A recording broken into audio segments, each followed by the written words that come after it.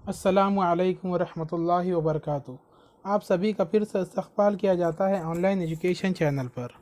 आज हम उर्दू बाल भारती छठी जमात नज़म नंबर 19 शबनम इस नज़म को पढ़ेंगे। इसी तरह के और मज़ीद एजुकेशनल वीडियो देखने के लिए हमारे ऑनलाइन एजुकेशन चैनल को सब्सक्राइब करें, लाइक करें और बेल आइकन को दबाएं ताकि आपको आने वाले वीडियो की नोटिफिकेशन मिलती रहे और इस वीडियो को ज़्यादा से ज़्यादा तलबा तक फॉरवर्ड करें। तो चलिए नज़म की शुरुआत करते हैं। नज़म नंबर 19 शबनम। इस नज़म को रौश सिद्दीकी इन्होंने लिखा है। पहली बात, आप जमात पंजुम में अमल तबकीर और अमल तकसीफ़ के मुतालिक पढ़ चुके हैं। सूरज की गर्मी से समंदरों और दरियाओं का पानी बुखारात बनकर उड़ता है, ऊपर जाकर सर्द होता है और बादलों में तब्दील हो जाता है। ये बादल बारिश की शक्ल में ज़मीन पर आते हैं। आप जानते हैं कि सर्दी के मौसम में बुखारात तकसीफ़ की वजह से किन चीज़ों में तब्दील होते हैं। कोहर हमें किस वक्त दिखाई देती है, शबनम हमें कहाँ नज़र आती है। बाग में फूलों और पत्तों पर शबनम के ख़तरे खूबसूरत नज़ारा पेश करते हैं। शबनम की इस खूबसूरती को शायर ने अपने इस नज़म में मुख्तलिफ़ चीज़ों की मिसाल से बयान किया है। जान पहचान। रौश सिद्दीकी 10 जुलाई 1909 को ज्वालापुरा ज़िला सहारनपुर में पैदा हुए। इनका असली नाम शाहिद अज़ीज़ सिद्दीकी था। रौश सिद्दीकी की उर्दू, फ़ारसी और अरबी की तालीम घर पर हुई। इन्होंने हिंदी, संस्कृत और अंग्रेज़ी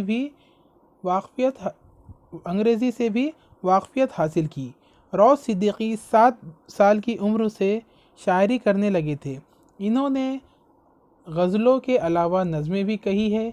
इनका इंतकाल 23 जनवरी 1971 को शाहजहाँपुरा में हुआ। तो आइए चलिए अब हम क्या करेंगे, नज़म को तरन्नुम के साथ पढ़ेंगे। वीडियो शुरू से आखिर तक पूरा देखें और अपने तमाम दोस्तों तक शेयर करें। तो चलिए नज़म की शुरुआत करते हैं।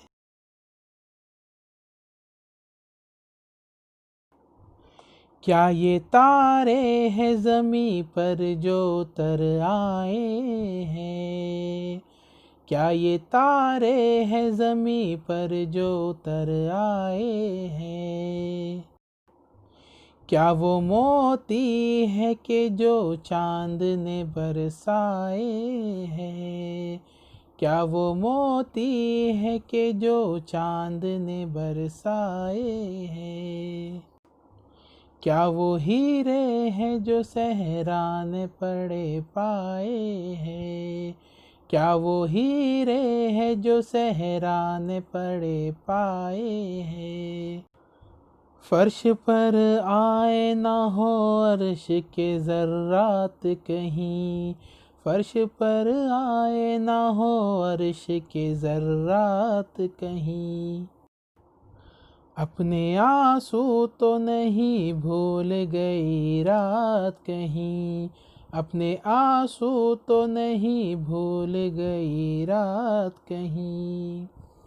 ये कहानी भी सुनाई है ज़मीने अक्सर, ये कहानी भी सुनाई है ज़मीने अक्सर। कहकशा जाती है जब पिछले पहर अपने घर, कहकशा जाती है जब पिछले पहर अपने घर।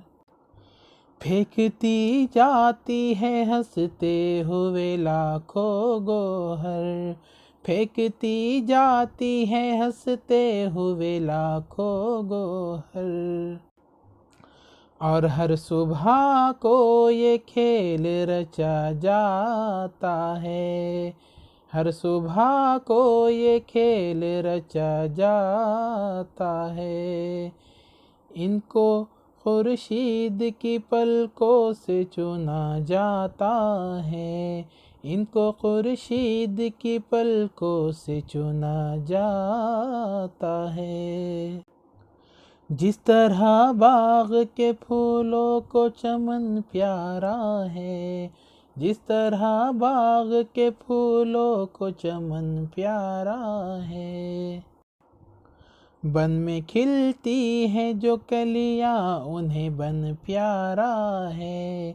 बन में खिलती है जो कलियाँ उन्हें बन प्यारा है। यूं ही शबनम को भी अपना ही वतन प्यारा है। यूं ही शबनम को भी अपना ही वतन प्यारा है। कहकशा रोज बुला कर उसे बहकाती है। कहकशा रोज बुला कर उसे बहकाती है। पर ये दामन में ज़मी ही के सुकून पाती है। पर ये दामन में ज़मी ही के सुकून पाती है। तो यहाँ पर हमारी नज़म मुकम्मल हो गई है। अब हम इस नज़म का खुलासा पढ़ेंगे। सर्दियों की सुबह फूलों और पत्तों पर शबनम के ख़तरे खुशनुमा दिखाई देते हैं। इन ख़तरों पर जब सूरज की किरणें पड़ती है तो इनका हुस्न तो बाला हो जाता है।